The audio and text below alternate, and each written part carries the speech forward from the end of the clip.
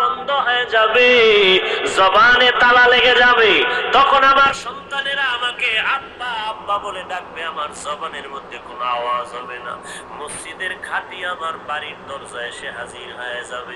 যাদেরকে আমি আপন মনে করলাম আমার কলিজার, এরা বলবে তাড়াতাড়ি ঘর থেকে লাশটাকে নামাও, তাড়াতাড়ি লাশটা ঘর থেকে নামায় দাও, ঘরের মধ্যে লাশ আমরা পাহারা দিতে পারবো না।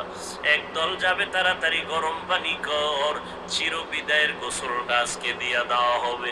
একদল দৌড়াবে বাঁশবাগানে কবর খনন করার জন্য, একদল যাবে বাজারে কাপড় আনার জন্য, আমার গায়ের গেঞ্জিটা পর্যন্ত বেলের দিয়া কেটে কেটে রেখে দিবে এই চিরবিদায়ের গোসল করাইয়া, চিরবিদায়ের জানাজাটা পড়াইয়া।